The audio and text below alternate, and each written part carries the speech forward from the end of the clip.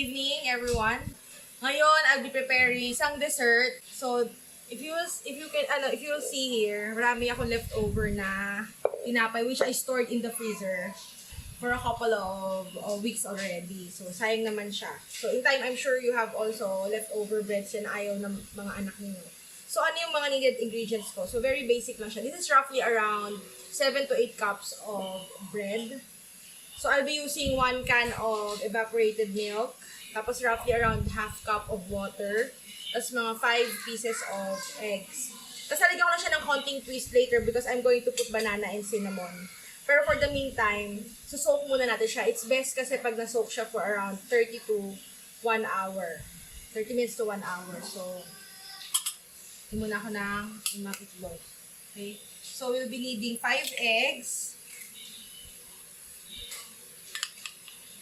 Melted butter, 2 tablespoons melted butter.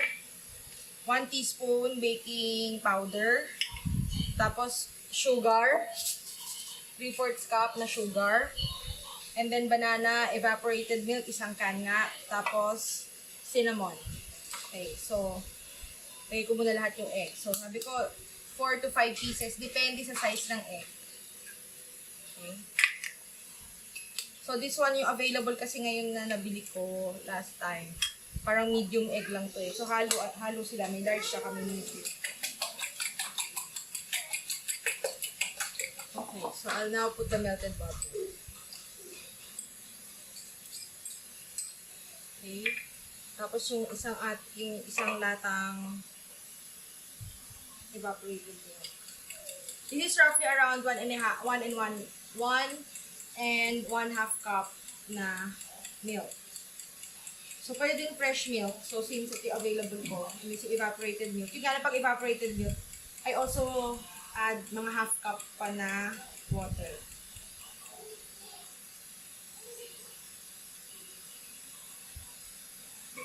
Tapos yung ating 1 teaspoon na baking powder.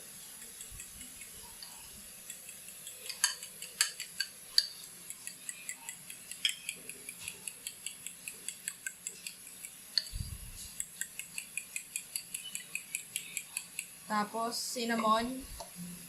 Depende. So, ako, I'm putting roughly around siguro half a teaspoon na cinnamon. So, mag-add pa ako later. So, yan. And then, yung half cup nating water.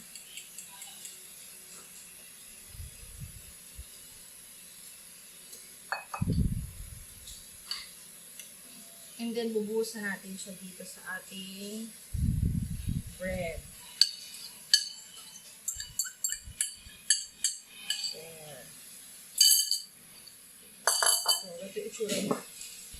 So, ano gagawin ko? I will use this para haluin siya. Hanggang ma-soak siya. So, babalikan ko ito mamaya. Pag na-soak na, mabuti, tsaka natin siya lalagay sa baking pan. So, I'm using an 8x12 Pyrex glass. Yan. So, iwanan muna natin. Any kind of, I also use pandesal, o kaya yung monay. Yan. Pwede din yung mga French bread. Depende. Tapos, I will put yung 3/4 cup na sugar. So, ako, hindi naman mag-finish. Kasi anyway, kahit tumabang naman siya ng konti, pag i-serve mo na siya later bago kainin, you can add extra syrup or sprinkle mo ulit with sugar. So, yan. Hiya ko muna siya mababad. Pinakamaganda, mga 1 hour siya nakababad. Para ma-soak mabuti yung ating bread. So, iwanan ko muna yan siya. Ngayon, babalikan ko na itong ating pudding. So, ang gagawin ko, itong butter, mga 2 tablespoons, ina-rub ko around dito sa pan.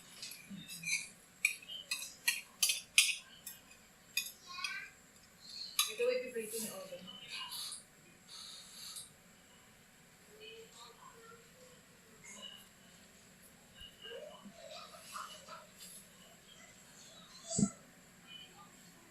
180 degrees Celsius siya. So, ito, yung butter. In-spread ko lang dito. Ito yung, meron akong banana. So, ang gagawin ko lang dito sa banana, bago ko isalansan dito, mga 3 pirasong banana. Kasi ma-overripe na rin yung banana natin. So, kakat ko lang. So, yung liitan pa.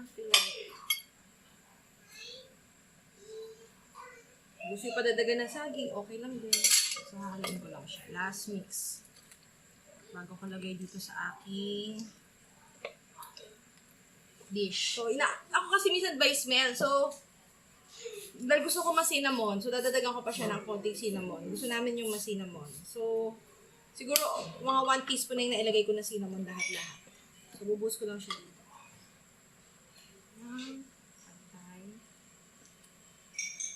So, kung may chocolate kayo sa bahay, pwede na siya i-drizzle ngayon pa lang. Para pag binigay siya, maganda itsura niya. O pwede naman din mamaya before eating. So, okay. Since electric oven to, init na siguro siya. Okay. So, lalagay ko siya dito for 30 to 40 minutes. 30 to 40 minutes.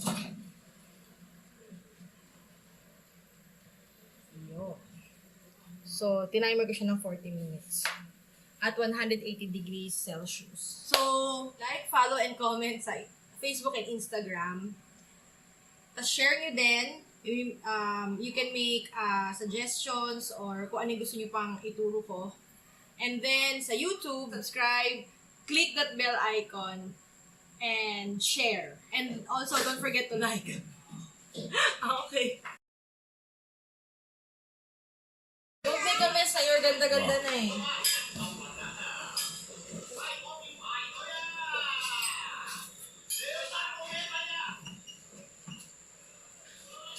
Bummers.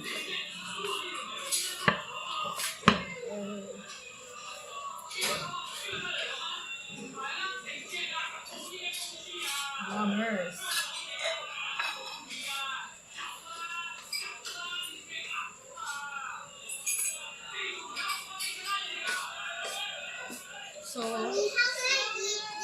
hindi ko na.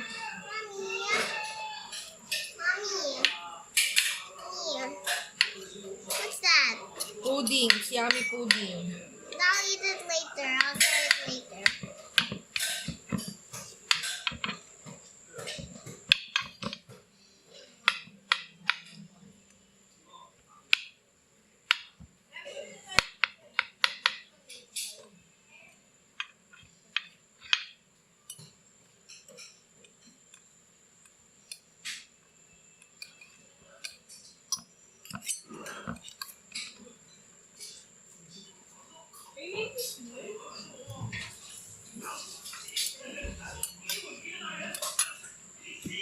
Sorry.